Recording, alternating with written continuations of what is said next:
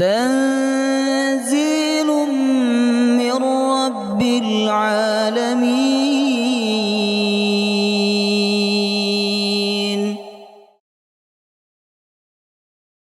يا أيها الذين آمنوا إذا قيل لكم تفسحوا في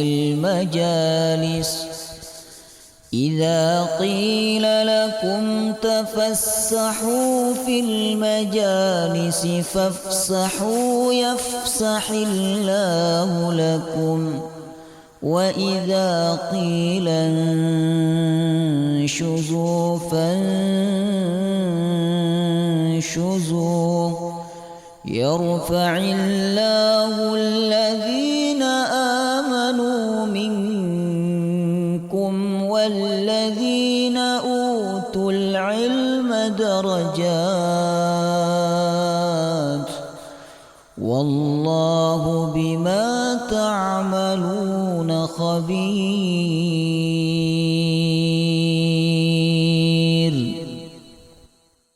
السلام عليكم ورحمة الله وبركاته.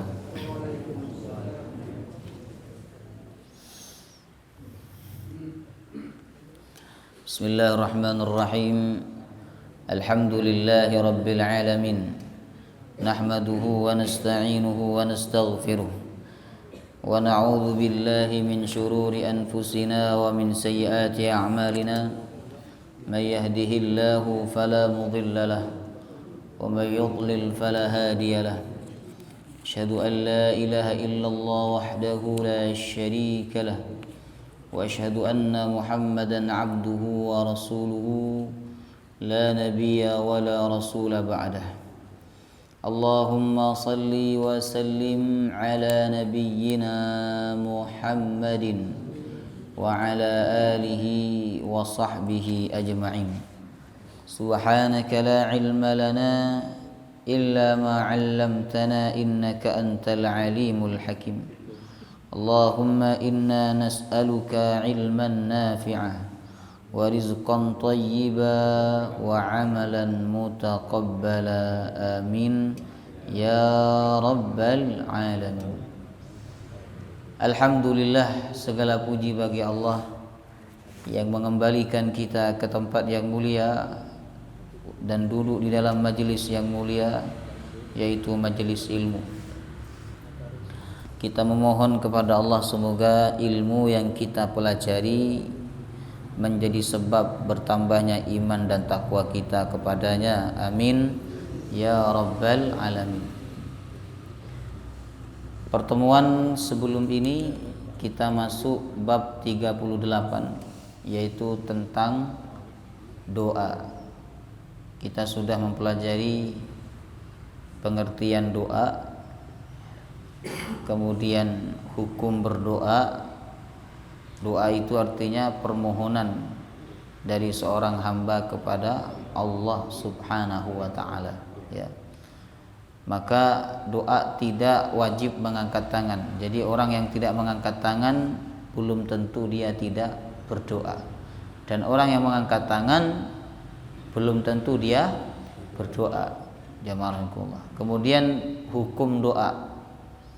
Doa menurut jumhur ulama hukumnya sunnah, tidak wajib. Jadi apabila kita enggak pernah berdoa sama Allah, maka kita tidak berdosa, ya. Hanya saja Allah mencintai ketika kita berdoa, karena itu menunjukkan kelemahan. Tapi enggak mungkin kita enggak pernah berdoa. Sehebat-hebatnya manusia itu, dia akan mengalami suatu masa di mana dia mengalami lemah. Walaupun dia Kopassus, bisa berjalan sekian ratus kilo misalnya kan, dan seterusnya, tapi ada titik di mana dia lemah, tidak berdaya, dan dia di situ pasti mencari Allah Subhanahu wa taala. Jadi enggak ada manusia yang tidak pernah berdoa kepada Tuhannya, pasti pernah, jemaah rahimakumullah, ya. Kemudian kita juga sudah mempelajari orang-orang yang doanya mustajab. Ada berapa kemarin? Hah? Lupa ya, karena nggak dicatat. Siapa saja yang mustajab doanya? Orang yang terpaksa. Orang yang terpaksa itu mustajab. Ya. Orang yang teraniaya, orang tua untuk anaknya, doa pemimpin yang adil, orang soleh, anak yang baik untuk orang tuanya, ya. Orang yang berpuasa hingga berbuka puasa. Kemudian doa muslim untuk saudaranya secara diam-diam, ya itu mustajab. Maka panjenengan diam-diam mendoakan saya, mustajab. Tapi jangan dibilang, Ustadz kemarin malam saya diam-diam doakan panjenengan. Itu. Kemudian yang ke-9, Bapak Ibu, doanya orang yang tidak memutuskan silaturrahim, yang tidak mengajak kepada kezaliman. Kemudian doanya orang yang baru saja bertaubat dari dosa besar, ya. Yang ke-11, doanya orang yang musafir, ya, mustajab. Kemudian kita juga sudah mempelajari syarat-syarat doa, ya, bahwa syarat doa itu ikhlas karena Allah, menjalankan perintah Allah, meninggalkan larangan Allah Subhanahu wa taala, kemudian meninggalkan perbuatan atau makanan yang haram. Lalu yang keempat, mengutamakan amal soleh. Jangan hanya berdoa tapi tidak beribadah. Kemudian yang kelima, usahakan dalam keadaan suci, ya, usahakan dalam keadaan suci. Sekarang kita masuk adab-adab doa. Adab fid doa, adab-adab dalam berdoa. Nah, tentu sangat banyak adab-adab dalam berdoa, Bapak Ibu. Yang pertama, jamaah rahimakumullah, ayyas'alallah ta'ala bi asma'ihil husna, ya, meminta kepada Allah dengan nama-namanya yang mulia. Itu adab. Jadi sebelum kita berdoa, hendaklah kita menyebut nama-nama Allah. Ya Aziz, Ya Ghaffar, Ya Jabbar, Ya Arhamar Rahimin, Ya Rahman, Ya Rahim, Ya Razzaq, dan seterusnya. Nah, itu adab dalam berdoa. Jadi memuji Allah dulu baru meminta, atau meminta dulu baru memuji juga boleh, ya. Tapi alangkah lebih baiknya memuji dulu baru meminta. Jamaah rahimakumullah. Allah SWT berfirman, walillahil asmaul husna fad'uuhu biha. Surat Al-A'raf ayat 180. Allah memiliki nama-nama yang mulia, maka berdoalah dengan nama-nama itu. Okay. Kemudian samalah kalau panjenengan datang kepada seorang, ya, kemudian panjenengan ingin mengajukan sesuatu kepada orang itu. Nah, supaya di ACC, Bapak Ibu, kita harus menyebut gelar orang itu, ya kan? Misalnya gelarnya apa? Ustadz, apa? Kiai, profesor, doktor, abuya, apalagi tuan guru, syekh, dan seterusnya. Nah, itu insyaallah di ACC, jamaah rahimakumullah.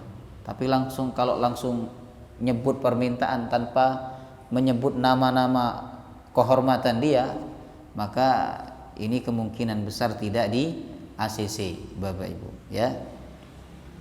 Kemudian jamaah rahimakumullah, yang kedua, ats-tsana'u 'ala Allah taala qabla ad-du'a bima huwa ahluh. Memuji Allah sebelum berdoa. Tadi menyebut nama Allah, ya. Sekarang memuji Allah, ya Allah, Engkau Maha baik, Engkau Maha penolong. Aku tidak bisa tertolong tanpa pertolongan Engkau.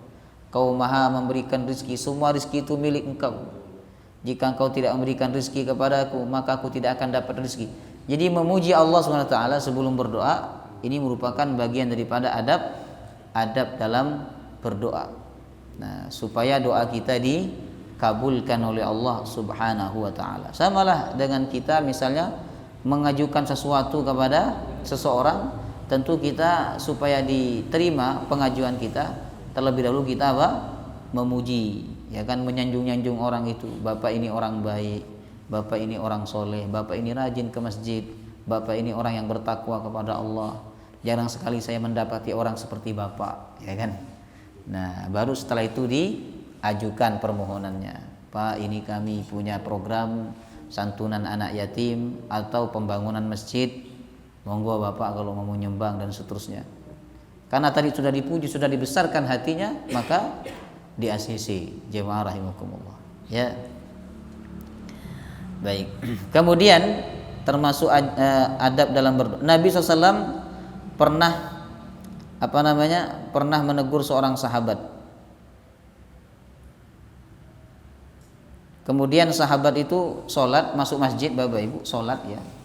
Kemudian dia habis sholat langsung berdoa. Doanya gini, Allahumma gfirli warhamni, ya Allah ampuni aku dan rahmati aku. Kemudian Rasulullah SAW menegur sahabat tersebut. Kata Nabi, ajilta ayyuhal musalli, sungguh terburu-buru engkau wahai orang yang sholat. Jadi langsung minta, nggak ada pujiannya. Idza shallaita faq'atta fahmadillah bima huwa ahlu wa shalli alayya thumma ud'uhu. Apabila engkau sholat lalu setelah itu duduk, berdoalah kepada Allah, pujilah Allah terlebih dahulu, bersolawatlah kepadaku, baru meminta. Ya, itu adab dalam berdoa. Kita ini siapa bapak ibu? Kok moro-moro langsung minta? Ya Allah minta duit, ya Allah minta sehat. Siapa kita? Kita harus memuji Allah, merendahkan diri kita, baru kita meminta. Jamaah rahimakumullah, ya. Kemudian yang ke berapa ini? Yang ketiga, ya, yang ketiga as-salatu 'alan nabiyyi sallallahu alaihi wasallam. Berselawat kepada Nabi Muhammad SAW. Kata Nabi, kullu du'ain mahjubun hatta tusalliya 'alan nabi. Setiap doa itu mahjub, terhalang. Artinya tidak mustajab. Ya, hatta tusalliya 'alan nabi, sampai orang yang berdoa itu bersalawat kepada Nabi. Jadi doa kita ini masih belum sampai kepada Allah kalau dalam doa kita tidak menyebut salawat kepada Nabi SAW. Makanya sebelum berdoa itu sunnah memuji Allah, kemudian bersalawat kepada Nabi SAW, ya bapak ibu.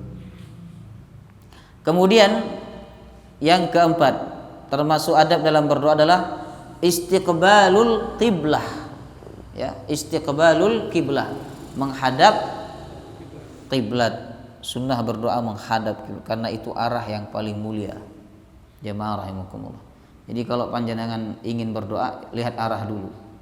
Jangan langsung berdoa menghadap qiblat. Termasuk imam, ya. Imam ini kan setelah sholat disunnahkan menghadap kemana? Menghadap ke kanan atau menghadap ke jamaah. Dan sunnah melihat imam itu, dilihat jamaah, kanan kirinya dilihat, ya kan, belakang dilihat. Itu kalau imamnya Pak RT atau pemimpin, baru dia berhak memantau masyarakatnya, dilihat. Masalahnya jamaah Allah Pak RT-nya tidak ke masjid, bapak ibu, ya. Jadi tapi di sini Pak RT-nya ke masjid, ya. Jadi besok-besok yang jadi imam harus Pak RT, ya. Jadi latih Pak RT menjadi imam. Setelah dia menjadi imam selesai, lihat jamaah. Nah, yang tidak hadir jamaah ditanya, mungkin sakit, datangin, ya. Jamaah itu yang terjadi di zaman Nabi SAW. Cuman karena saya bukan pemimpin, maka setelah sholat saya menghadap ke kanan dikit, bapak ibu, untuk menghilangkan makruh. Karena kalau tetap menghadap ke arah kiblat setelah sholat itu, kata Imam Nawawi, makruh, sebab itu menyelisih sunnah Nabi SAW. Jadi menghadap ke kanan sedikit. Tapi nanti ketika memimpin doa hendaklah berubah ke arah kiblat, ya, karena sunnah dalam berdoa itu menghadap qiblah, ya. Kemudian jemaah rahimakumullah,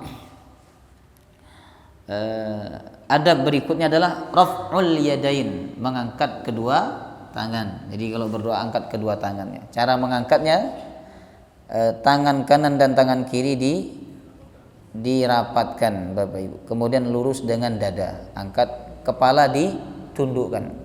Baru berdoa kepada Allah Subhanahu wa taala. Ya, jangan tinggi-tinggi mengangkatnya. Nabi bersabda, "Inna rabbakum tabaraka wa ta'ala hayyun karimun yastahyi min 'abdihi idza rafa'a yadayhi ilaihi ay yuraddahuma sifran." Allah itu punya sifat pemalu, dan Allah malu kalau hambanya sudah mengangkat tangan meminta kepada Allah lalu turun tangan itu tanpa diberi oleh Allah. Subhanallah. Jadi Allah itu malu kalau kita udah ngangkat tangan Bapak Ibu tapi nggak dikabulkan sama Allah. Artinya apa? Allah akan mengabulkan. Yang penting doa kita sesuai adab-adab ini. Jemaah rahimakumullah. Ya. Kita malu nggak orang sudah menjulurkan tangan begini, tapi kita nggak ngasih? Malu apa betul? Hah? Malu, sedikit banyak kita malu jemaah rahimakumullah. Sudah menjulurkan tangan tapi kita tidak memberi. Kemudian terkadang tangan itu Bapak Ibu ya bisa ditunjukkan dalam bentuk isyarat. Jadi misalnya kalau kita bertauhid kepada Allah dalam doa kita bisa begini. Ya. Dan kata Nabi disebutkan, "Idza sa'altumullah fas'aluhu bi butuni akuffikum wala tas'aluhu bi dhuhuriha." Apabila kalian meminta kepada Allah, mintalah dengan telapak tangan kalian yang bagian dalam ini, ya, dengan ini. Wala tas'aluhu bi dhuhuriha, jangan meminta dengan yang luar. Jadi jangan begini lo doa. Ya. Nah, bagaimana kalau doa tolak bala? Misalnya kalau tolak bala kan gini ya. Allahumma dafa'annal bala wal ghala wal baba wal fahsya dan seterusnya. Nah, kata ulama boleh karena menghayati makna doanya. Allahumma ya Allah tolak. Jadi tangannya begini. Tapi jangan begini terus. Kalau tolak balanya sudah selesai, maka dirubah posisi tangannya. Jemaah rahimakumullah, ya. Baik, jadi sunnah mengangkat tangan baik yang memimpin maupun yang dipimpin, angkat tangannya. Ya, cuman karena yang memimpin ini doanya kepanjangan, akhirnya yang dipimpin tangannya awalnya diangkat menjadi diturunkan, Bapak Ibu, ya. Kemudian ada berikutnya adalah al-yaqinu billahi ta'ala bil ijabah. Yakin bahwa Allah mengabulkan, yakin. Ya. Tanda kita yakin itu apa? Seringkali kita meminta. Jemaah rahimakumullah. Itu tanda kita yakin. Ya. Misalnya pengemis itu, Bapak Ibu, kalau yakin bahwa orang itu akan ngasih, ada tanda-tandanya, dia akan datang minta. Oh ternyata pertama nggak dikasih, tapi dia yakin suatu waktu dia akan ngasih, datang lagi, meminta lagi dengan permintaan yang sama. Begitu juga kita dengan Allah. Ya. Ketika kita berdoa, hendaklah kita menanamkan keyakinan bahwa Allah itu pasti mengabulkan doa kita. Yakin Allah berkuasa mengabulkan permohonan kita. Jamaah. Kata Nabi, "Ud'ullah wa antum muqinuna bil ijabah." Berdoalah kepada Allah dalam keadaan kalian yakin bahwa doa kalian dikabulkan oleh Allah Subhanahu wa taala. Wa'lamu anna Allah la yastajibu du'aan min qalbin ghafilin lahin. Ketahuilah bahwa Allah tidak akan mengabulkan doa dari hati yang lalai. Dari hati yang lalai enggak dikabulkan. Itu yang keberapa itu?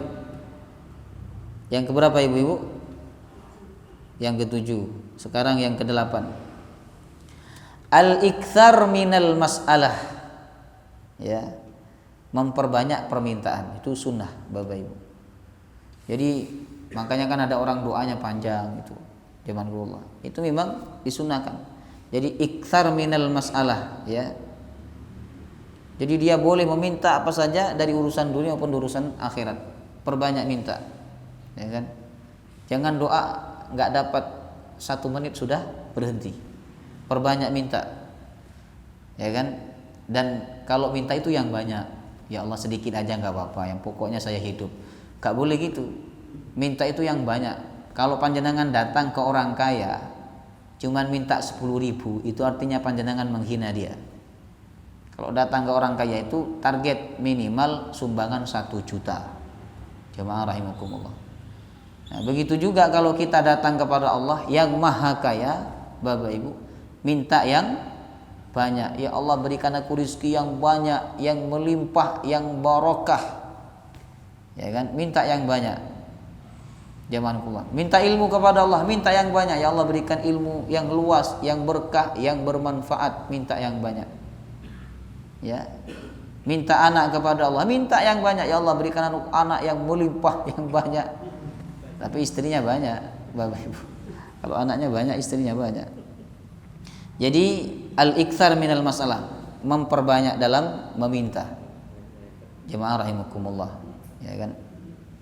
Karena kita yakin Allah maha segala-galanya, maha kaya. Beda dengan manusia, ya kan? Pak, saya boleh minta cabenya? Boleh. Minta semangkanya, Pak? Minta pisangnya, Pak? Jadi minta semuanya, maka manusia marah, ya kan? Manusia kan minta semuanya, diminta, ya kan? Jemaah rahimakumullah. Tetapi Bapak Ibu, ketika kita meminta kepada Allah, ya Allah minta sehat, nanti ya Allah minta panjang umur, ya Allah minta rezeki, ya Allah minta anak yang soleh. Jadi sebutkan semua, itu adab dalam berdoa. Jemaah rahimakumullah. Allah suka kalau kita minta banyak, karena kita yakin Allah maha kaya, Allah maha segala-galanya, Bapak Ibu. Ya.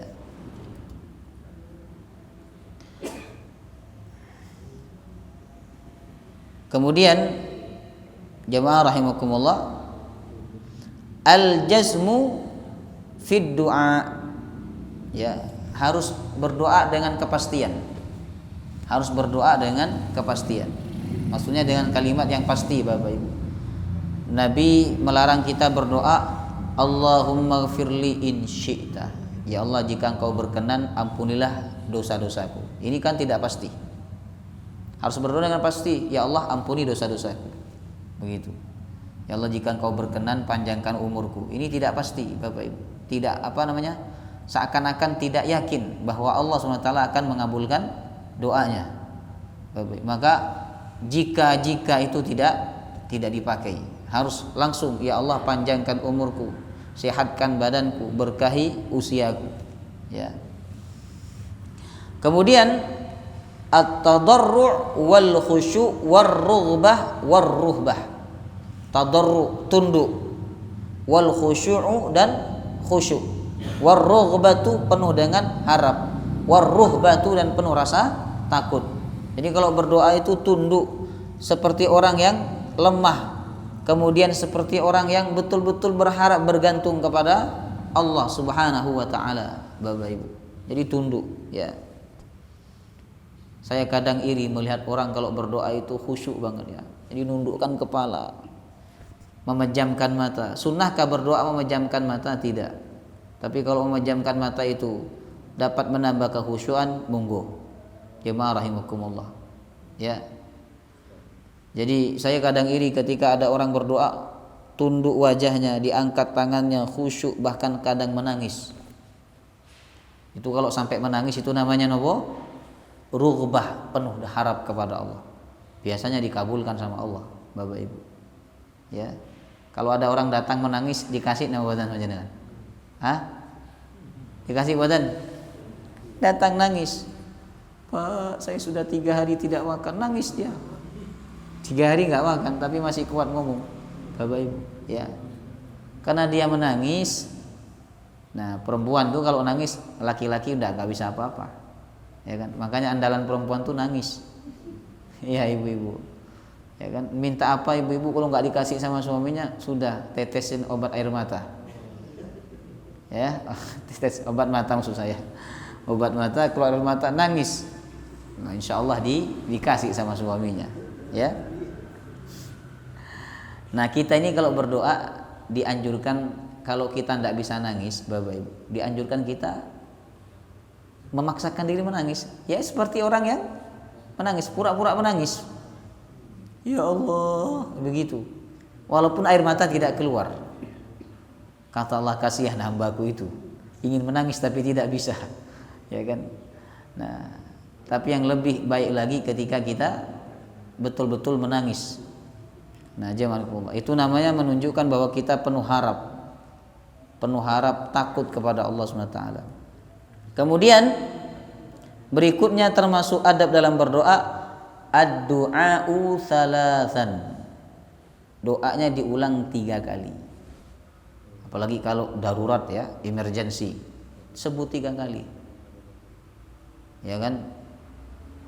Sebagaimana Nabi SAW ketika ada seorang sahabat datang meminta agar Allah menurunkan hujan, maka Nabi mengangkat tangannya, kemudian Nabi berdoa, Allahumma aghithna, Allahumma aghithna, Allahumma aghithna. Ya Allah, hujani kami, hujani kami, hujani kami. Akhirnya hujan gak berhenti-berhenti sampai banjir, ya kan?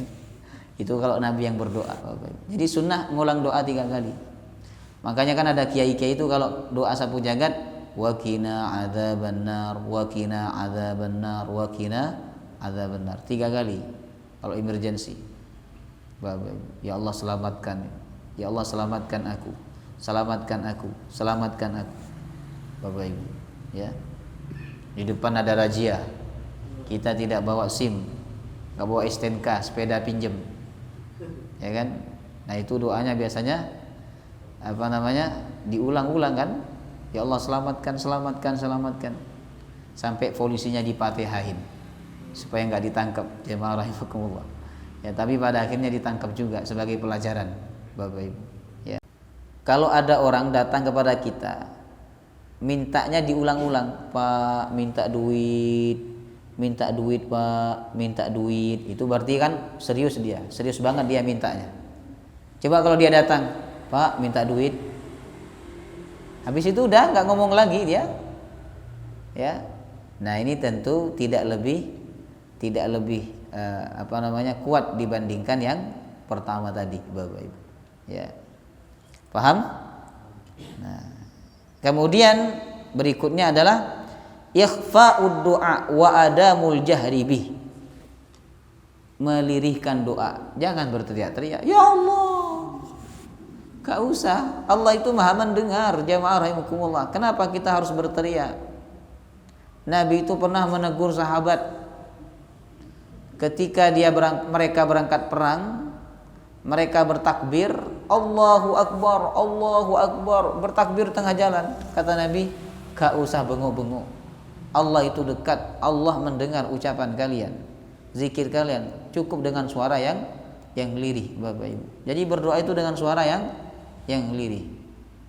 Pak, kalau ada 2 orang datang ke panjenengan, satu mintanya, Pak, duit. Nah, satu, Pak, minta duit. Mana yang dikasih?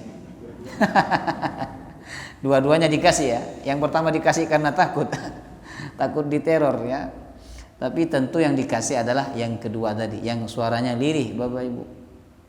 Ya, yang suaranya lirih. Sama juga kita dengan Allah. Jangan bengok-bengok ketika berdoa kepada Allah. Cukup dengan suara yang lirih. Ya Allah, ampuni aku. Kalaupun harus memimpin doa dan doa itu didengarkan oleh banyak orang, doa dengan suara yang pelan, jangan berteriak. Jamaah rahimakumullah, ya. Baik. Ud'u rabbakum tadarru'an wa khufyah. Berdoalah kepada Tuhan kalian dalam keadaan tadarru', tunduk, wa khufyah, dan juga dalam keadaan lirih, jamaah rahimakumullah, ya, dalam keadaan lirih. Baik. Itulah Bapak Ibu adab-adab dalam berdoa, ya. Jadi apabila adab-adab itu kita lakukan, insya Allah doa-doa kita akan dikabulkan oleh Allah Subhanahu wa ta'ala. Baik. Kemudian di dalam kitab ini juga disebutkan hendaklah seorang menggunakan waktu-waktu yang mustajab untuk berdoa. Ya. Jadi waktu-waktu mustajab itu banyak sekali ya. Kalau kita ingin berdoa dan doa kita ingin lebih dikabulkan oleh Allah, maka kita harus melihat dan memilih waktu yang mustajab, yang mana waktu itu telah disabdakan oleh Nabi SAW. Ya. Apa saja waktu yang mustajab?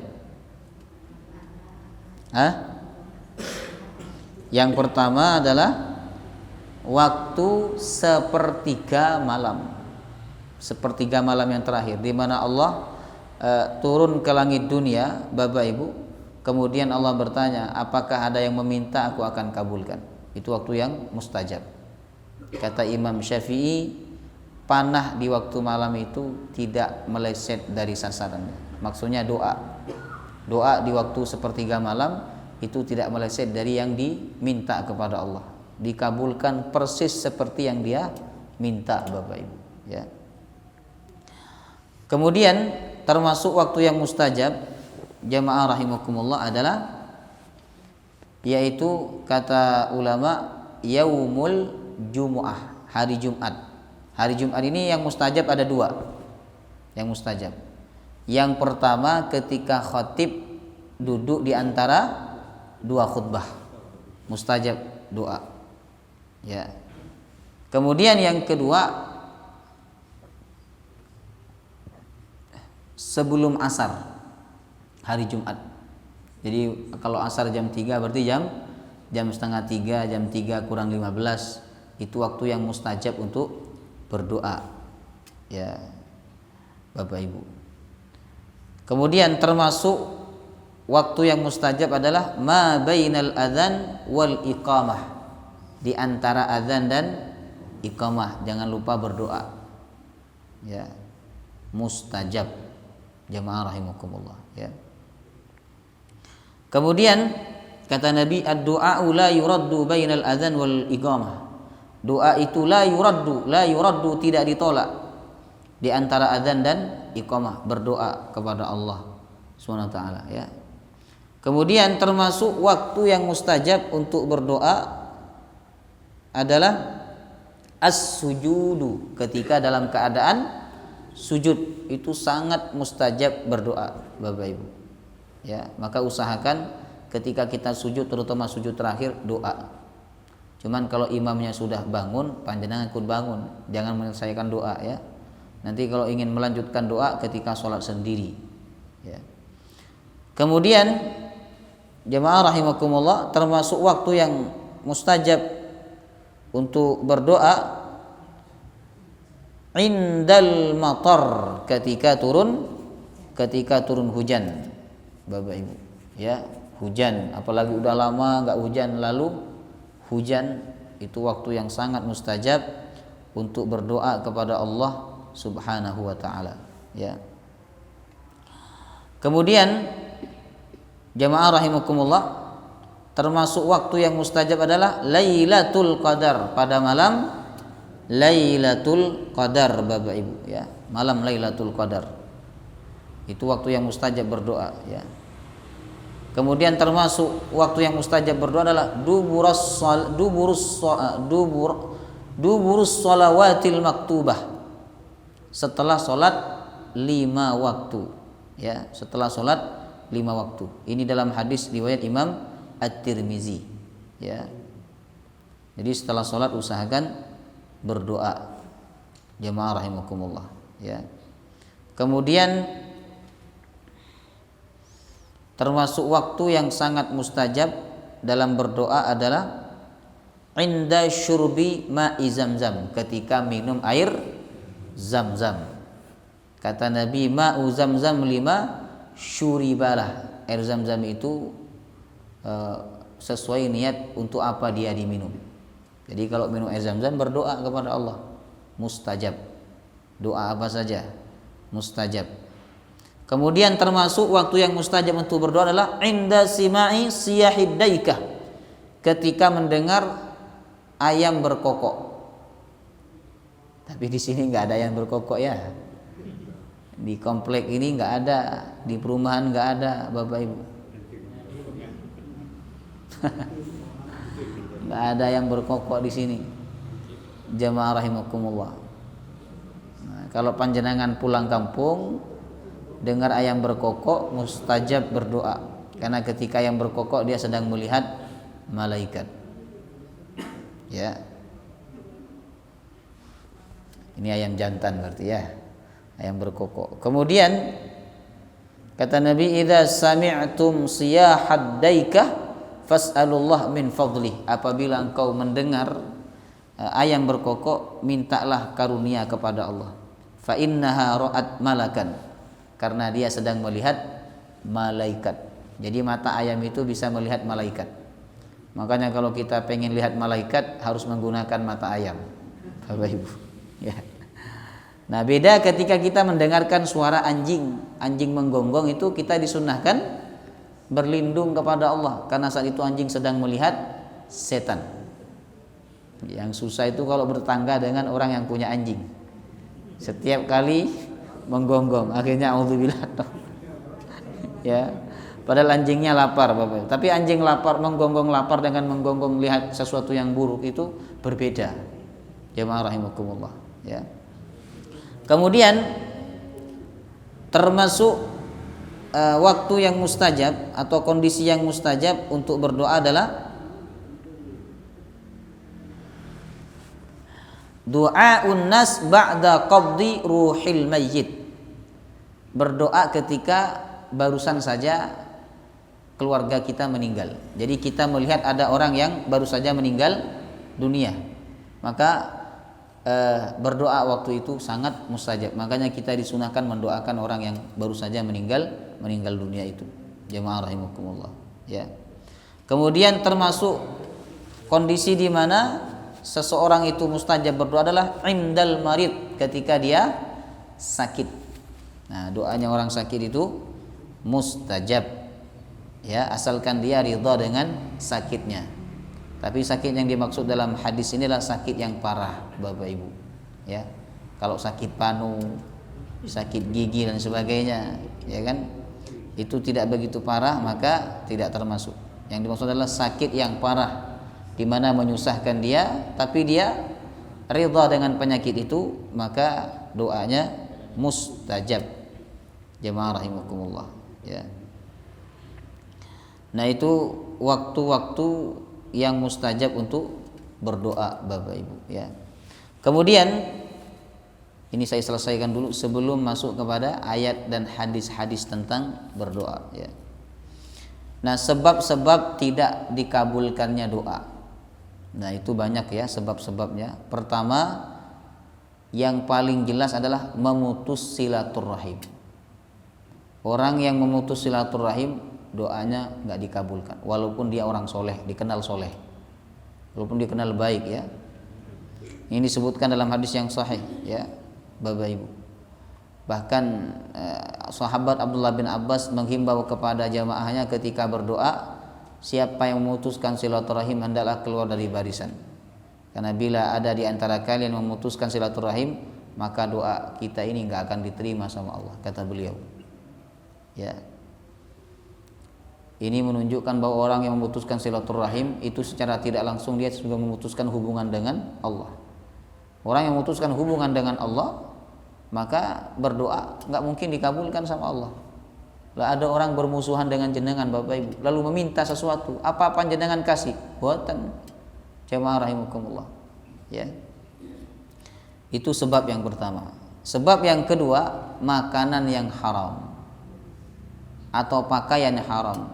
Mobilnya haram, rumahnya haram, makanannya haram, HP-nya haram, semuanya haram. Kenapa? Semuanya dibeli dengan uang riba misalnya. Jemaah rahimakumullah. Maka Bapak Ibu, itu menjadi sebab doanya tidak dikabulkan oleh Allah Subhanahu wa taala, ya. Kemudian yang ketiga, jemaah rahimakumullah, termasuk sebab doa itu tidak dikabulkan adalah ketika orang itu mendoakan kezaliman untuk orang lain, padahal orang itu tidak berhak mendapatkan kezaliman itu, maka doa itu nggak dikabulkan, ya. Lalu termasuk sebab doa tidak dikabulkan adalah ketika yang berdoa itu tidak yakin kepada Allah. bahwa doanya dikabulkan. Saya nggak yakin bisa melakukan ini. Saya nggak yakin. Seakan-akan dia meniadakan kekuasaan Allah, maka doa dia tidak dikabulkan oleh Allah Subhanahu wa taala.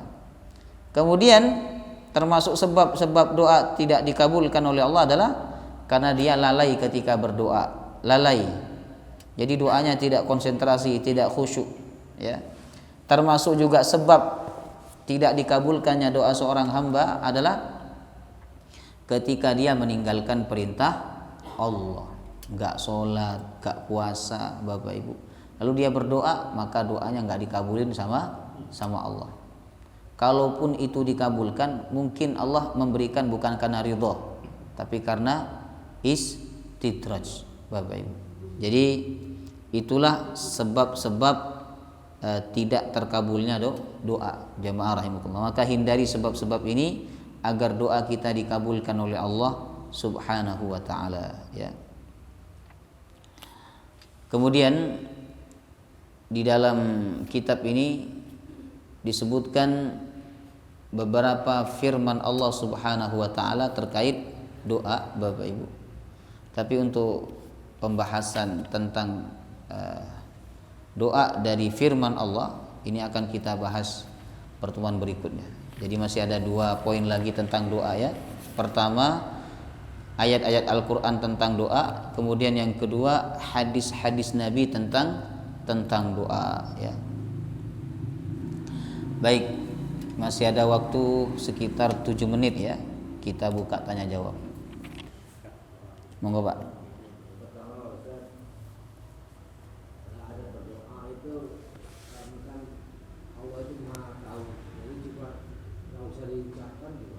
Kan banyak keinginan, kita mau mengatakan apa itu tadi. Yang pertama, yang kedua bagaimana tanggapan Islam masalah weton gitu. Kalau misalnya hari ini bangun rumah agar ada weton ini suami istri, terus ada syarat-syaratnya, itu bagaimana? Iya. Terima kasih. Baik, ya. Allah kan maha tahu, jadi nggak usah diucapin. Ya Allah, engkau sudah tahu kan permintaan saya. Jadi, nah, memang Allah tahu, Bapak Ibu, ya. Tetapi kalau kita meminta, ya, itu akan menjadi sebab Allah mengabulkan. Karena kita meminta, menyebutkan permintaan kita. Sebab kita sedang menyebutkan kelemahan kita. Itu adab dalam berdoa, ya. Tadi sudah disampaikan bahwa dalam berdoa itu kathratul mas'alah, harus banyak meminta, sebutkan, ya. Walaupun Allah Maha tahu. Oh, kemarin belum didoakan, minta lagi, sebut lagi. Jangan berkata ya Allah yang kemarin masih belum, ya kan? Jangan begitu, Bapak Ibu. Sebut lagi. Ya kan? Itu adab dalam berdoa. Adab, walaupun Allah Maha tahu, ya, tapi adabnya harus diterapkan. Jadi sebut permintaan kita. Ya, tapi jangan terlalu detail. Tidak boleh doa terlalu detail itu. Minta apa? Misalnya dagangan. Ya Allah, buatlah daganganku laris, manis. Ya kan? Setiap hari datang 100 orang membeli dan mereka kembali lagi dan seterusnya. Dan enggak terlalu detail begitu. Jangan dalam berdoa, ya.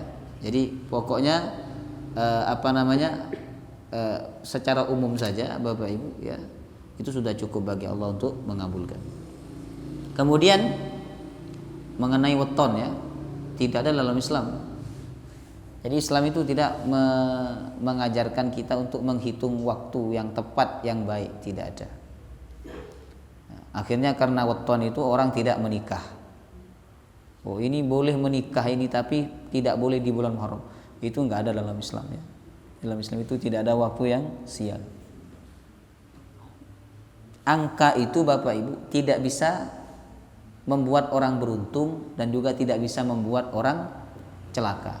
Angka itu nggak bisa berbuat apa-apa, nggak bisa. Begitu juga dengan waktu.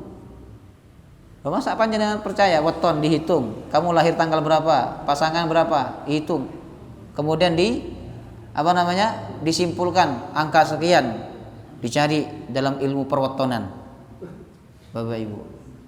Nah, akhirnya apa? Angka 9. ini kalau menikah maka akan terjadi ini, rezekinya kurang lancar. Tapi boleh tetap menikah, cuman harus dipindah harinya dan seterusnya. Jadi seakan-akan angka itu bisa membuat orang beruntung atau tidak beruntung. Itu salah. Tidak ada dalam Islam. Begitu juga waktu ya, tidak ada waktu yang sial. Kalau dia percaya, itu termasuk dalam kesyirikan. Ya, kalau dia percaya menggantungkan kepada angka itu atau kepada waktu itu termasuk dalam kesyirikan. Karena kesyirikan ini menggantungkan hati kepada selain Allah SWT. Okay. Ada lagi? Pak ini. Oh lagi.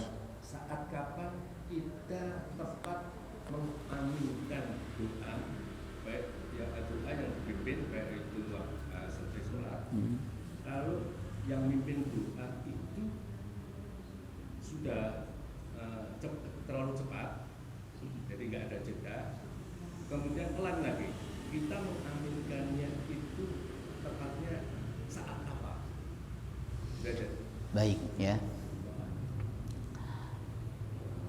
Sebenarnya aminkan ketika setiap jedahnya itu. Allahumma inna nas'aluka salamatan fid din. Amin gitu. Atau diaminkan di ujung juga boleh. Jadi pertama selama imamnya baca doa, mimpin doa, makmumnya enggak ada yang amin. Nanti di ujung walhamdulillahi rabbil alamin. Amin. Seperti Al-Fatihah. Itu kan setelah yang doanya kan ihdinas siratal mustaqim, tahu doanya kan? Tapi kan kita enggak langsung amin. Nah, itu dalil bahwa boleh mengaminkan doa setelah semuanya selesai. Jadi amin sekali tok cukup Bapak Ibu. Apalagi kalau imamnya panjang berdoa. Nah, tunggu nanti walhamdulillahirabbil alamin baru amin ya. Itu habis ringkas. Pak Naryo silakan. Assalamualaikum warahmatullahi wabarakatuh. Pertanyaan tadi, salah satu doa yang waktu yang dijabah itu adalah waktu sebelum asar dan Jumat. Saya pernah mendengar dari Ustaz di YouTube ya, Ustaz yang kita dengar itu setelah asar sampai dengan maghrib. Itu tadi Ustaz kan sebelum asar antara setengah 3 ya. Itu yang pertama. Yang kedua ya, ternyata masih sisa. Baik, ini yang pertama tadi memang ada perbedaan ya mengenai akhir Jumat itu. Ada yang mengatakan doa yang mustajab itu akhir Jumatnya. Akhir Jumat kapan? Bukan. Jenengan kalau sholat Jumat terakhir kapan? Waktunya? Sebelum asar. Ya toh? Jadi misalnya Masjid Darus Sholihin mengadakan sholat Jumat jam 2. Sah apa badan? Sah karena masih zuhur. Nah itu namanya akhir Jumat. Tapi pendapat lain mengatakan akhir Jumat itu akhir harinya. Berarti sebelum maghrib. Nah itu perbedaan pendapat ya. Monggo bisa memilih atau dipakai dua-duanya boleh ya. Subhanakallahumma wa bihamdika asyhadu an la ilaha illa anta astaghfiruka wa atubu ilaik. Assalamualaikum warahmatullahi wabarakatuh.